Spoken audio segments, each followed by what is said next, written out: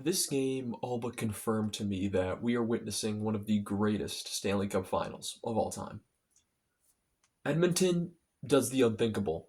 They come back from 3-0 down to win this game 5-4 in overtime, the third overtime game of the series. And instead of going to bet down 3-1 to back to Edmonton, they are now have now tied the series at 2 games apiece. What a game. But now 3 of these games have been absolutely phenomenal. Game 3, 6-1 Florida thrashing. Other than that, it's been a phenomenal series and is going to be looked back on for a long time no matter what happens in the series. It's already been an instant classic. Starting how we always do, in 2024, Game 1, Florida wins 3-0. This year, they win 4-3 in over. This year, it's 4-3 in overtime win for Edmonton, and Edmonton has home ice.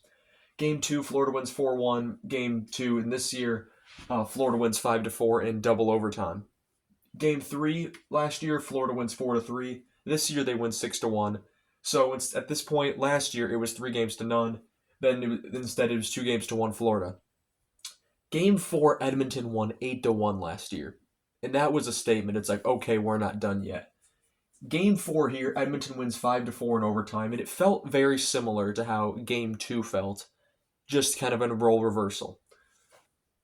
What this game did is Florida has now had a chance to sweep the series. They were up 3-1 in Game 1. They blow that in overtime. They nearly blew Game 2 in overtime.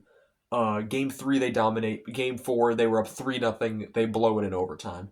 This could have been a 4-game sweep for Florida, or Edmonton could be up 3-1 right now. It really shows how much one goal can matter in a game. First period, 8:20, Florida starts it off. It's a power play goal from Matthew Tkachuk, who's been quiet all playoffs. 2023 was his big year in the playoffs. He came over and he was phenomenal. 2024, he was good. He quieted down a bit. This year, honestly, he's been not really existent, I felt like. I feel like his presence hasn't really been felt. I feel like Bennett, Verhaeghe, Barkov, those three have been more so the driving forces of the offense for Florida. And it was good to see him get on the board and Barkov with the assist to make it 1-0.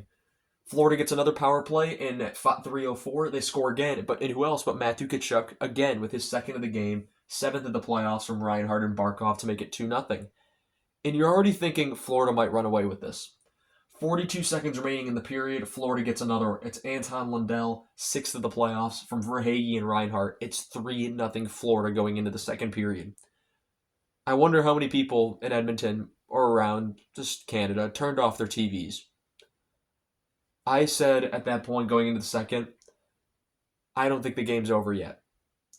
And I'm very happy I didn't because Pickard starts the second for the Oilers. And this team plays completely different with Pickard in front of them compared to Skinner, and I'm not sure why.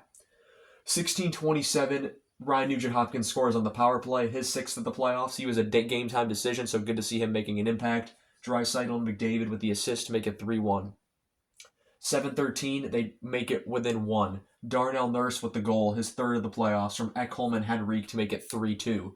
And just a little under 3 minutes late, or actually about 2.5 minutes later at 4:55, Vasily Podkolzin ties the game with his second of the playoffs. He had a good game, Podkolzin, from Nurse and Draisaitl to make it 3-3.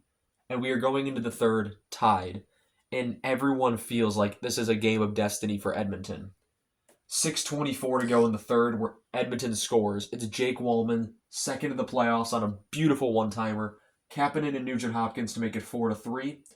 And what can't have been understated at this point is that Bobrovsky was keeping the Panthers in the game. The first period was all Panthers.